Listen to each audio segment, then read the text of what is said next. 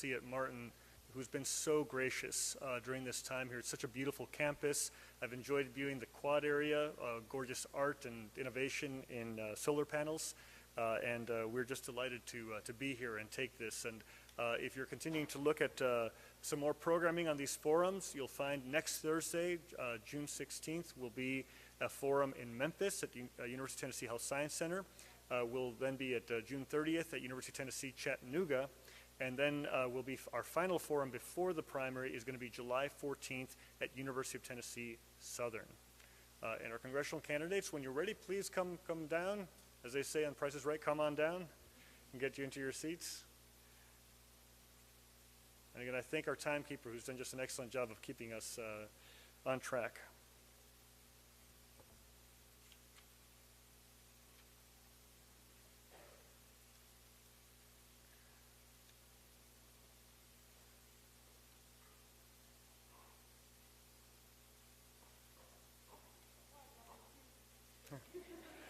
Welcome. Thank you so much. Please be seated, and we are about to begin the program.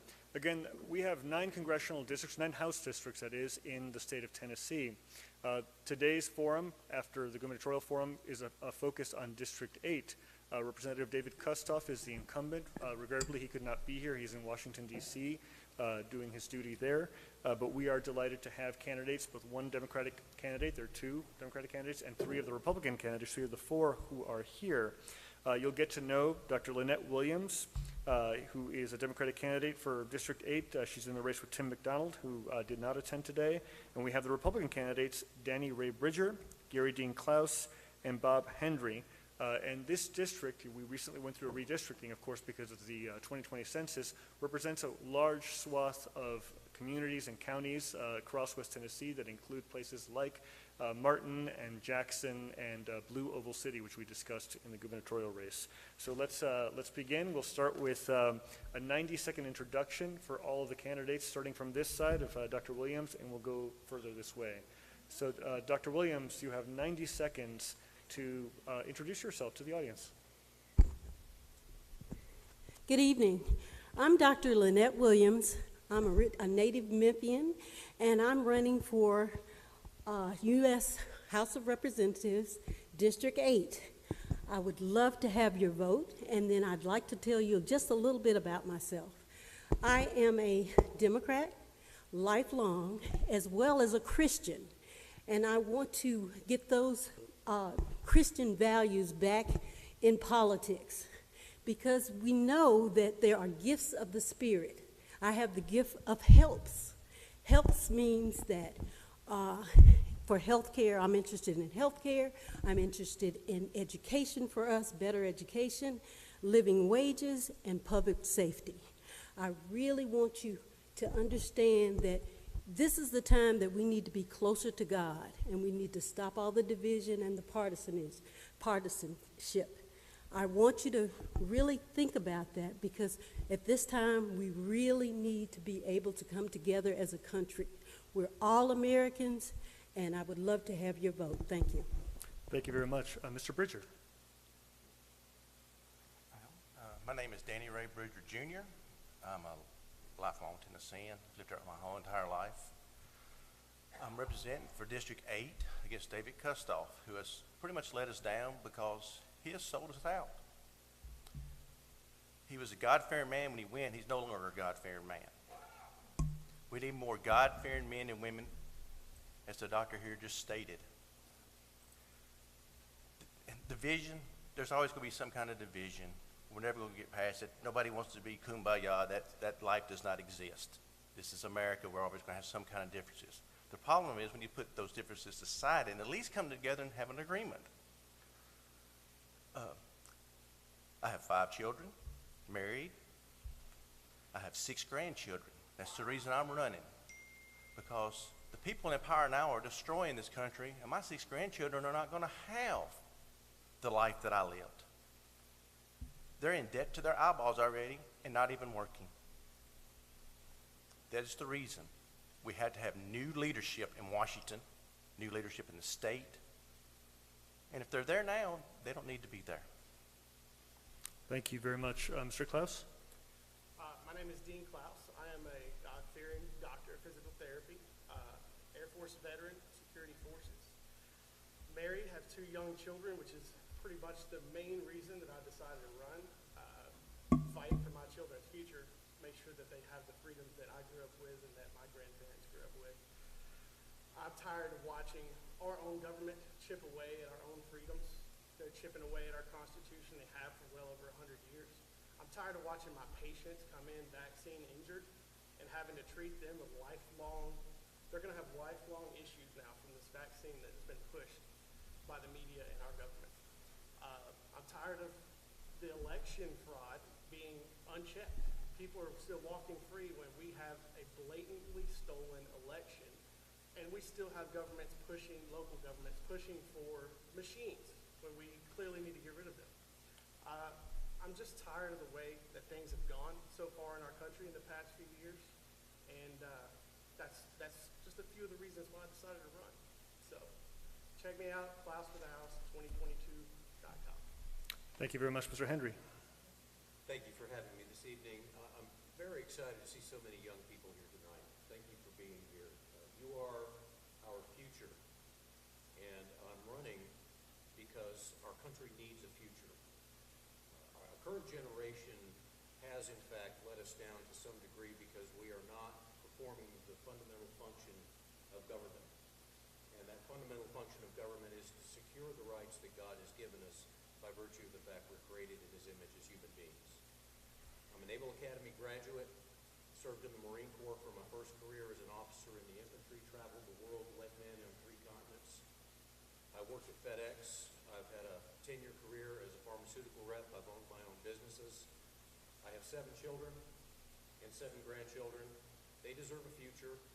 I would much rather go back home to Fayette County, put my feet up, and watch the chickens run in the morning. But our country needs to have heroes, and it's time that we stand up and we lead the way to save this country. Thank you. Thank you very much. And I'd like to hear about what you are hearing most from the people that you are, the voters that you're seeking their approval. And let's start with Mr. Hendry and come back, ending with Dr. Williams. What are the most important issues they say that they care about? What do they want Washington to do for them or not to do for them?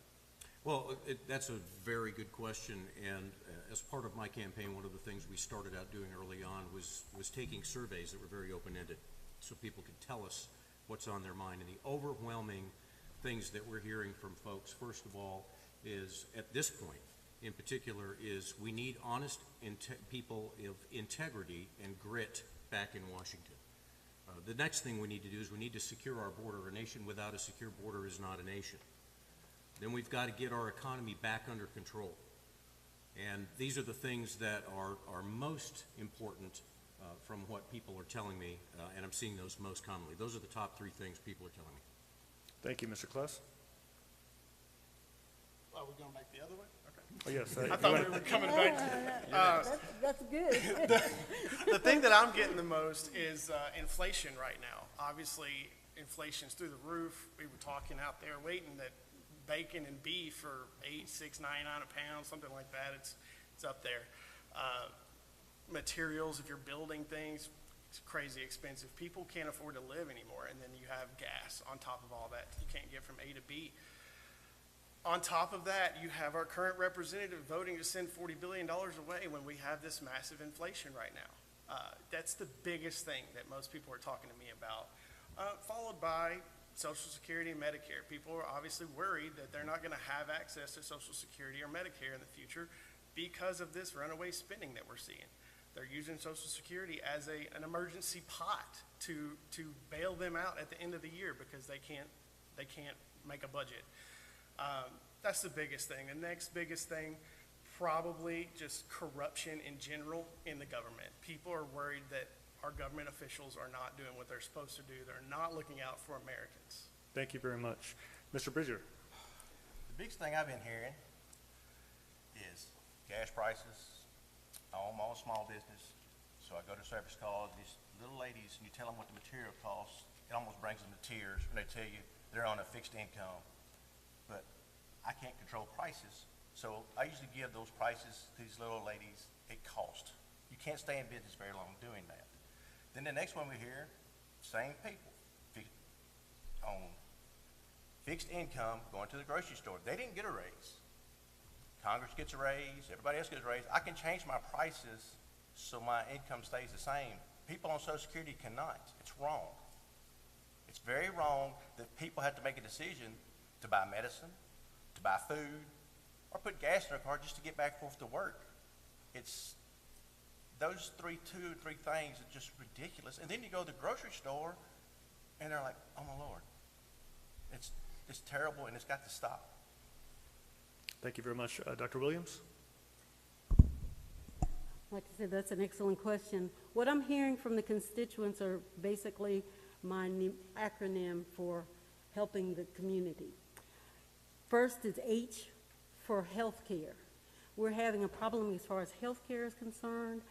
We've closed at least 5 rural hospitals, McNairy County, Humboldt, as well as Haywood County and Gibson. And we really need to get expansion of Medicaid here in the state of Tennessee. It's very important for us to do that, as well as improve our education at every level. We do have some good colleges and universities. We also need to, again, have living wages, help working people out, as well as public safety, which is the P, and that's important, and we need public protection as well in our community. That's what I'm hearing.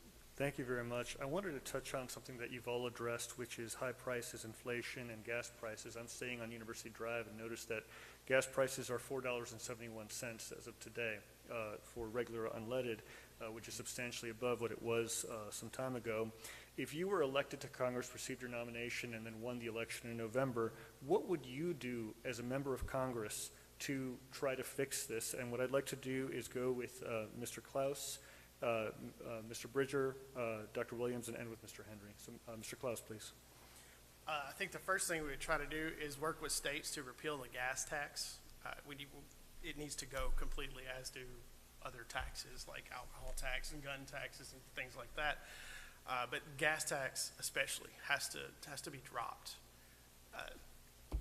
At a federal level, each state has their own gas tax. That would be something we have to work with the state to do. Possibly incentivize the state to do that. But we're spending $40 billion in Ukraine. We can spend a little bit more in Tennessee to try to incentivize something that will actually help Americans.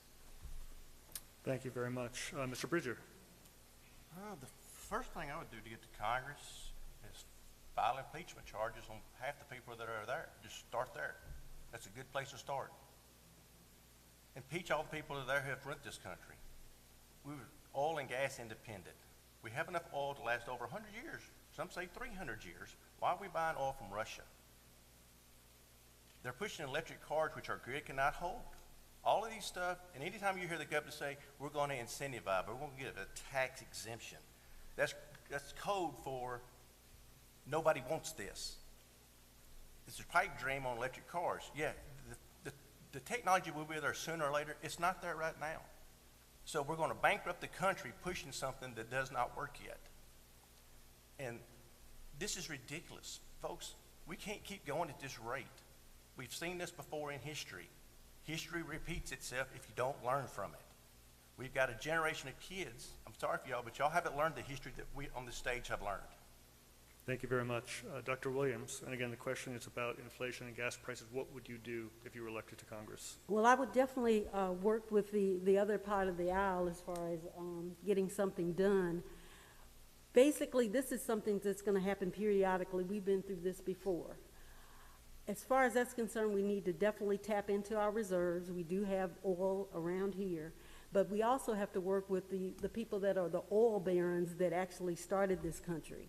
It's important because of during the pandemic, they lost billions of dollars. So they're basically trying to make up for what they've lost. So we got to basically try our best to talk to them as well as work with the people that are on the cutting edge of technology for electric cars and everything else, because I think that's the wave of the future, that we have to get rid of some of the fossil fuels and the carbon that's being emitted in our world so we can have a future for the children. Thank you very much, Mr. Henry. This is a really good question. It's multi-layered. There are a lot of facets to it. The first thing we have to do is we have to deregulate the oil industry. A year ago at this time, Iran was selling us oil at a negative $1.93 a barrel just to keep their oil refineries running. Because we are energy independent when we drill our own oil and we use our own resources. The pathway to a better ecology is to make sure that our economy is strong. Now let's think about global warming as it affects all of this for just a quick moment. When the fuel prices get as high as they are right now, farmers can't plow their fields. The price of fertilizer has tripled. The price of fuel has doubled. You've got to plow, plant, and then harvest, and then move those goods and, to market. The challenge for farmers right now is they can't afford to do it.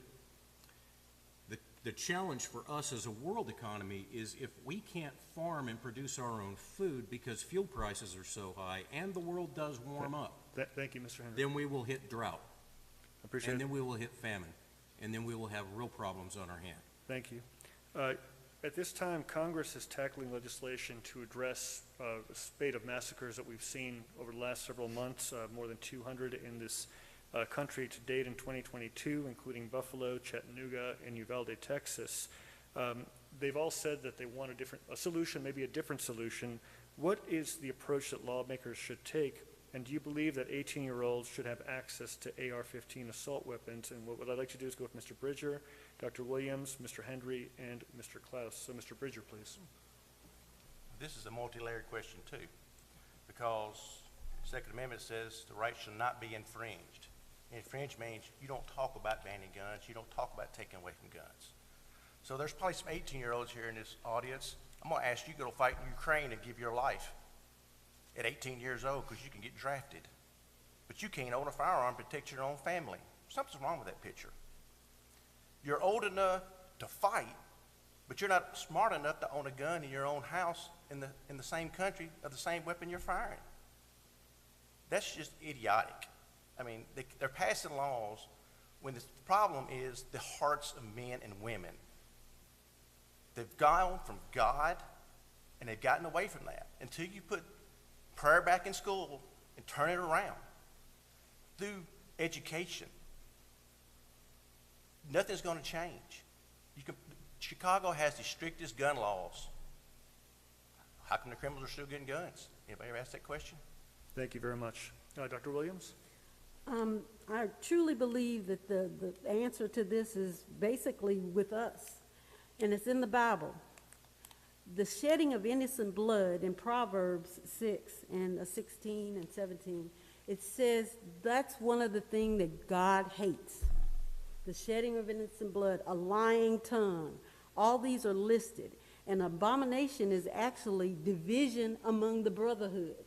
So if we kind of stick with that, and I agree with this gentleman as far as getting prayer back into school, I think it would make a definite difference, because one of the first scriptures I learned was wine is not a mocker. And as a result, I've never had a drink. So if you get something like that early on, I think it stays with you, and I think we need that more in our country as far as that's concerned. And we need to get back to basics and the Bible. Amen. Thank you. Mr. Hendry? We cannot have a free society unless we are a moral society. It strikes back at the heart. I've led young men and women around the world carrying weapons of all kinds, of all sizes, and of all types. And I'm telling you, I've never seen a weapon kill somebody without a man aiming it at another human being and pulling the trigger. The issue is not the tool, the issue is the heart. The more we restrict access to firearms, the more criminals are going to have them anyway. Criminals don't respect the law. Our founders understood that. That's exactly why we have a Second Amendment, which says very clearly the right to keep and bear arms shall not be infringed. The only thing that should be discussed in Washington right now is how do we return our heart of America to God and to one another, as opposed to how do we take away the weapons from the law-abiding citizens who are just protecting their own home and family.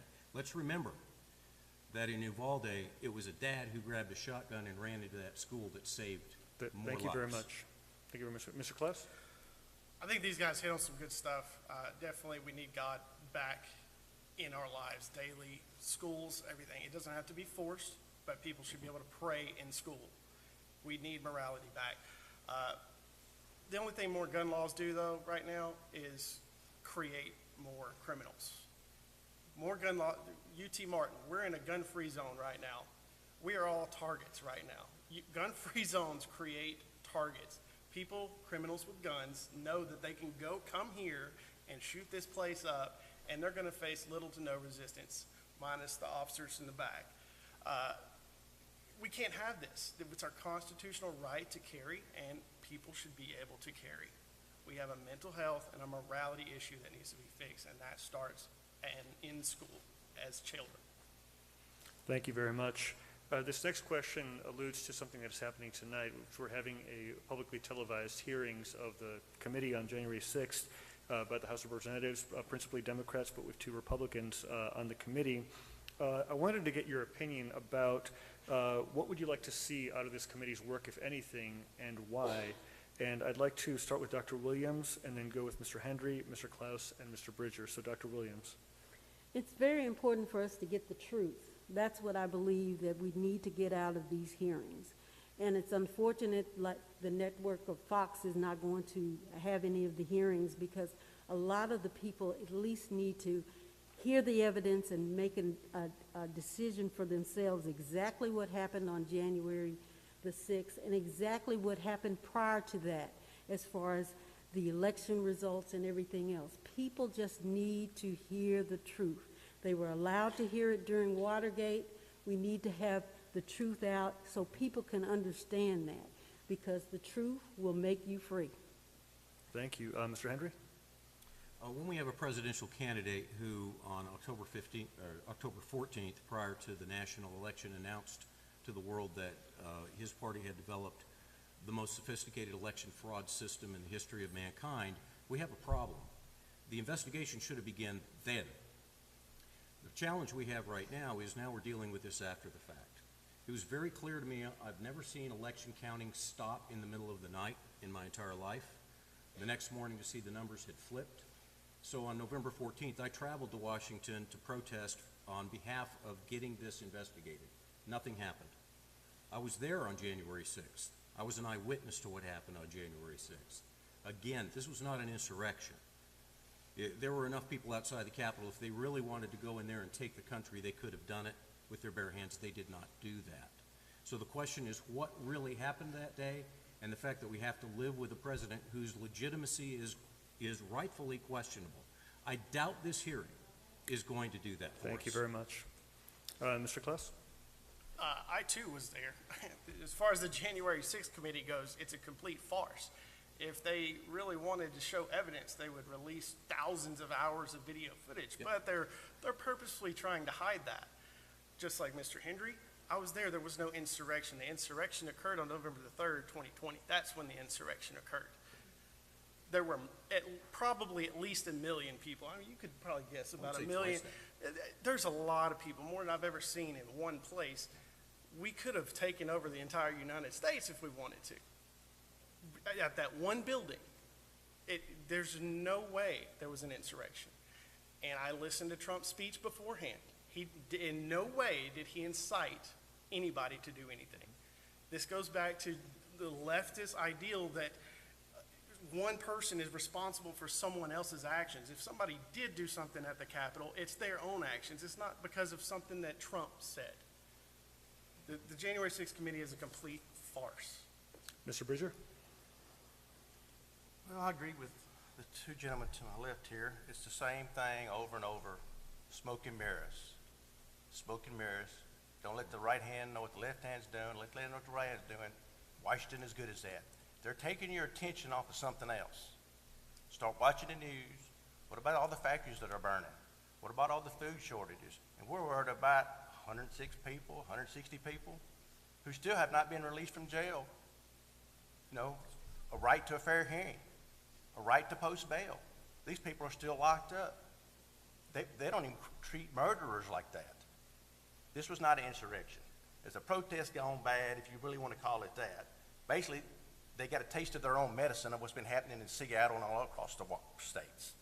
Wrong or right, that's for the law to decide, not for Congress or nobody else. It's the laws and the laws of the land and the judges and lawyers to solve it out in court and let the cards fall where they're made.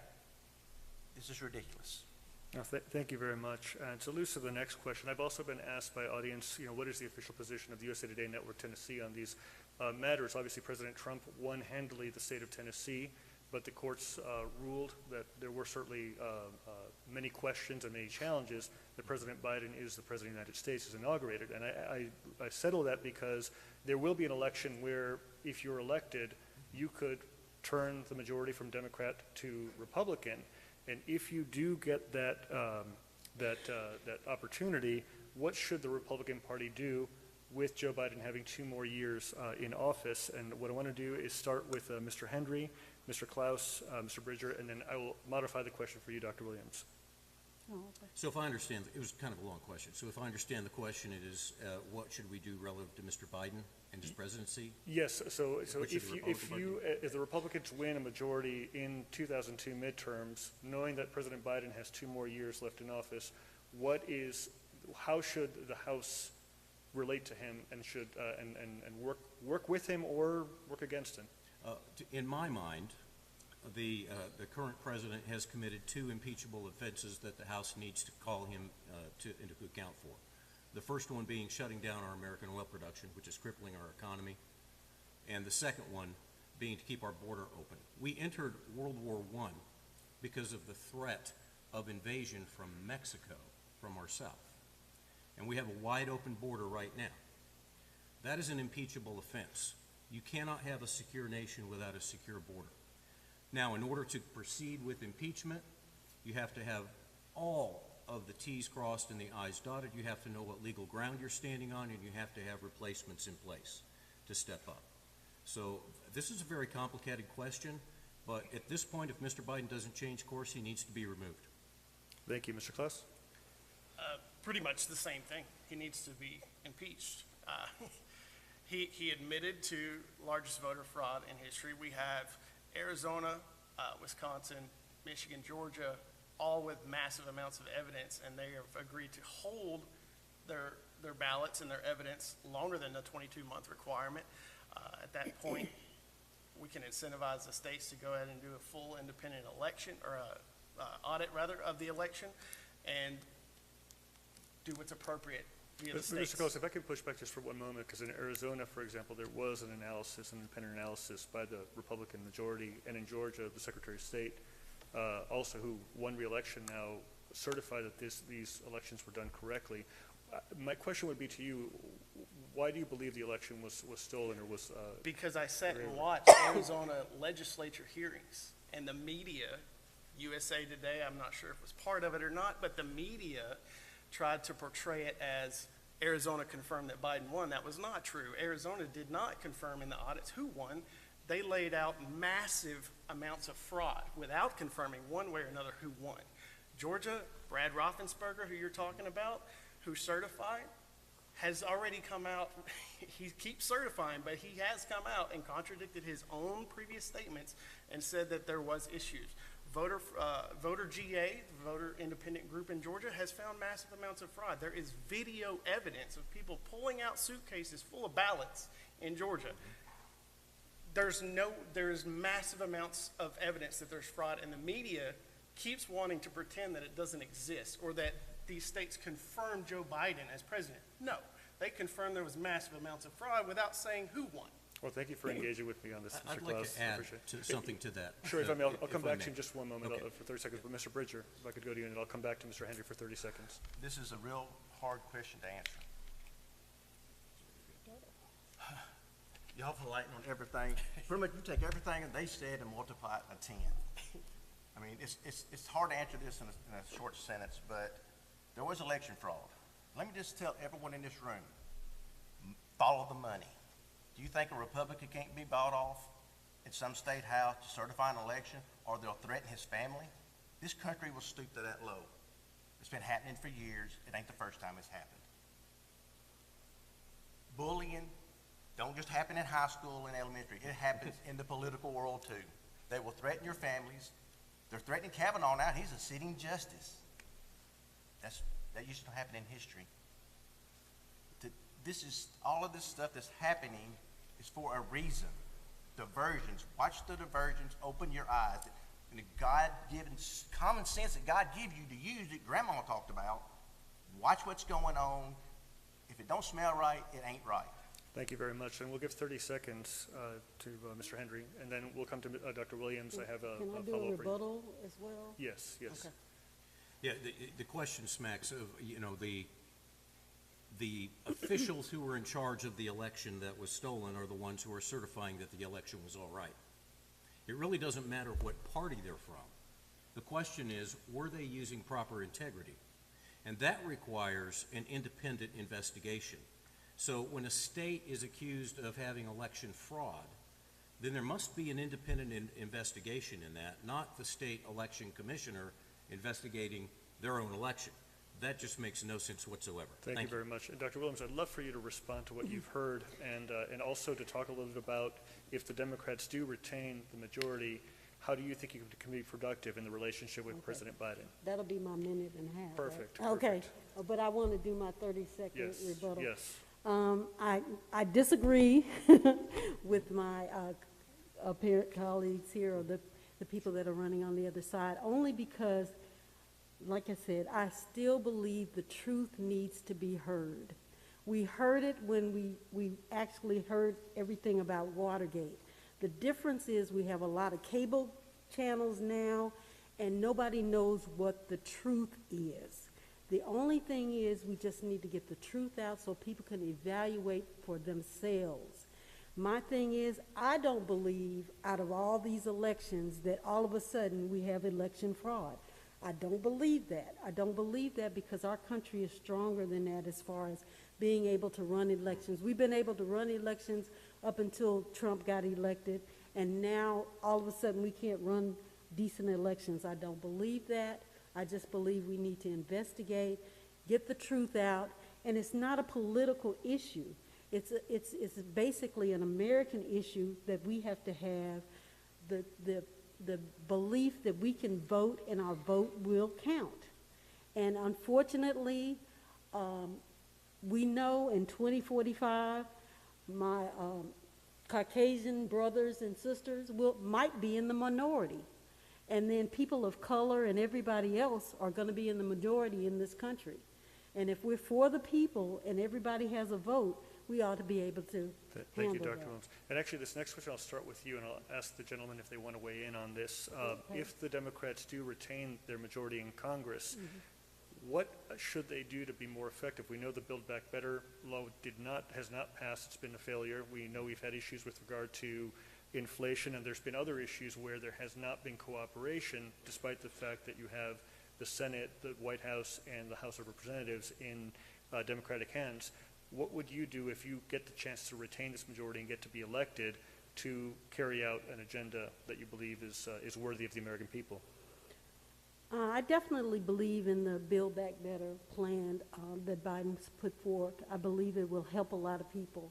And that's very important for us to kind of work with the people on the other side of the aisle, as well as in the Democratic Party, where we have a variety of people just like myself. I'm basically a Democrat, but I am a fiscal conservative because I am a businesswoman. I am a physician by training.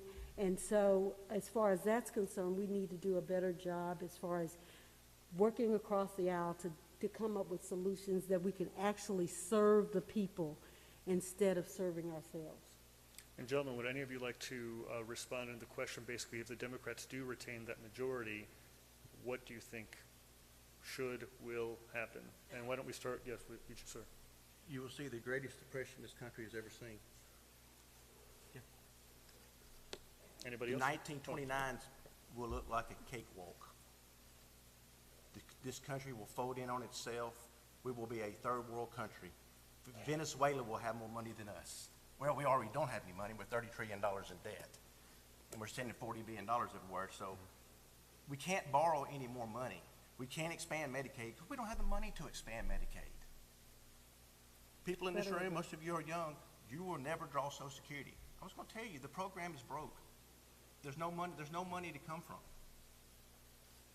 Thank you. Thank you. Mr. Klaus, any response? He said it. Okay. Mr. Henry? Yeah, so far this year, we've spent $6.5 trillion that we don't have. You have to understand where our money comes from at this point in the United States. We can't tax our way out of debt, and we certainly can't spend our way out of poverty. We've got to establish fiscal responsibility. The world has been standing on the U.S. dollar as its standard of currency against which all other currencies are being measured. Because Mr. Biden shut down our oil production, there's a move right now afoot at the World Economic Forum to switch to a petrodollar. And if we switch to a petrodollar, that means the United States currency has no backing. We have no reserves. We are borrowing money and creating money simply by putting zeros and columns on computer programs. If we continue to do this, the looming potential for economic collapse is huge. We have to become fiscally responsible. That is fiscal conservatism. Thank you. Thank you very much. Because we're getting close to time, we've been very heavy for a while, so I am going to ask you a more frivolous question here. I need a rebuttal. A rebuttal?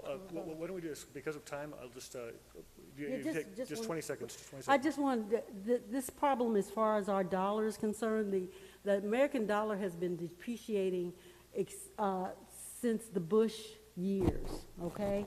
This is not something that Biden created just now. We have, since 9/11, basically, when the World Trade Since Center Nixon broke took up. us off the gold And standard. basically, yeah, so we have been in this trouble as far as the American dollar for a while. Thank you It very is not much. because of Now, everybody Biden. take a deep breath. I'm going to ask a fun question right now. Okay. What are one or two places you tell visitors they have to go to in West Tennessee, whether a restaurant or an attraction, that they must go to? And why don't we start with Mr. Klaus, then Mr. Henry, Dr. Williams, and Mr. Bridger. Mr. Klaus. I would say one would be in Somerville, where I live. There's a restaurant called Main Street Eatery. Kustoff actually went there recently and took some pictures, but it's fantastic. It's awesome. A little local owned shop. It's really nice. Apart from that, I don't know. Bill Street. You got to go to Bill Street and try some of the barbecue down there, but make sure you don't go at nighttime. Yeah. Thank you very much. Mr. Henry.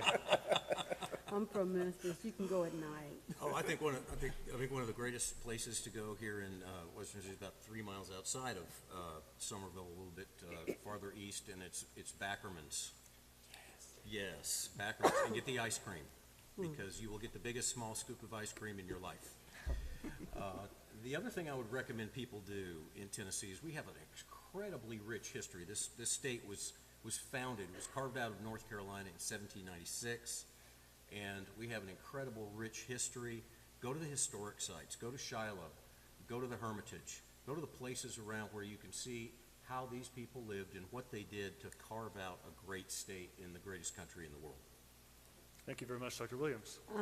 Yes, since I was born and raised in Memphis, you know I'm going to say something about Elvis. Elvis Presley's mansion is the second most visited place in the world. It's second to only the White House as far as our country is concerned. And so you have to visit that. I was born not too far from there, and that's been a kind of a sticking point with me ever since, because we have a back road, and Elvis would actually drive through our neighborhood, and our neighborhood is mostly black, so we knew who he was when he came through on his Cadillac. So, but that is one place that you should definitely visit in Memphis. I enjoy it, as well as the barbecue. Everybody personally does barbecue here in Memphis, and Interstate Barbecue is probably the best, and they're kind of related to my family as well. Yes, you very ma'am, much. on that interstate barbecue. Mr. Bridger. Well, I'm a river rat, so you would have to visit the west side of the Tennessee River. It's some of the most beautiful country you'll ever see. The only other place you would compare would be Gatlinburg, because the sceneries off some of the cliffs overlooking the river is just phenomenal. You got Big Sandy and all these open views. It's just phenomenal. But then you got to stop in a little place like Milan, and stop at the restaurant at the Chow Wagon. Just a little restaurant, just a little hole-in-the-wall place, but they have great food. Try the chicken salads, just awesome. The ice cream, you can't beat it. Casey Jones, you got to eat at the Old Country Store. You just can't beat their breakfast. It's world class. Shiloh, all the war sites. It's just so much. There's so much history in West Tennessee that a lot of people don't even know that's in their back door because they don't get out like they used to. But it's right here. Well, thank you very much. And we are at the end of our program. The candidates have 90 seconds for their concluding remarks, and what we'll do is we'll start with Mr. Hendry and come back to Dr. Williams. So, Mr. Hendry. Well, thank you to the university for having us all here tonight. We appreciate it. The word university means a sharing and comparison of ideas. It's supposed to be a place of open exchange of ideas where all ideas can be considered thoughtfully, and I appreciate that you've hosted that this evening in that spirit, and I would commend that to all the young people here as well. I'm looking forward to serving my country once again. I've done it twice. The first time when I graduated from the Naval Academy and went into the Marine Corps as an infantry officer, served 12 years. And then 8 years later, after being home, I raised my hand after the World Trade Center got hit, and I said I need to go back, and I did. And I served for about a year. I love America. I'm not doing this because I really give a lick of spit about being a politician. I have 7 grandchildren and 7 kids. They deserve a future. You young people in this auditorium tonight deserve a future, and if we don't carve it for you, you won't have it. That's why I'm running. Thank you very much. Mr. Klaus. As I said, I'm running mainly for a few different reasons: election fraud, my job in healthcare, watching patients who have been injured by the vaccine, watching our government go through insane mandates not based in science. We've got to get rid of executive orders. We got to get rid of executive orders. But our politicians, specifically David Kustoff, he doesn't respond. He hasn't responded to me and most people I've talked to about it. He's not responsive. We need responsive politicians who are God-fearing, who are doing what's right for America, not sending $40 billion to foreign nations and then getting on every social media platform and griping about inflation. He just got appointed to the Ways and Means Committee this morning to help battle that, and he's still making these kind of votes. We've got to rein in. We've got to bring America back, and I like what you said earlier. We got to have the grit back in Congress. We've got to bring that back. So I'm running to bring that back. Thank you. Thank you very much, Mr. Bridger. Like most of these men, I'm a ex-Navy, proud to serve. I don't want to go to Washington, but some God-fearing man or woman has to go back and put their foot down. Somebody has to stand in the gap for your young people, or y'all not going to have a country. And it breaks my heart because y'all not at the age yet to know what you've lost. As President Reagan once said, a generation is all it takes to lose freedom, because freedom is fought for. You have to fight for freedom every day. It's not given to you because you were born here. You have to fight for it.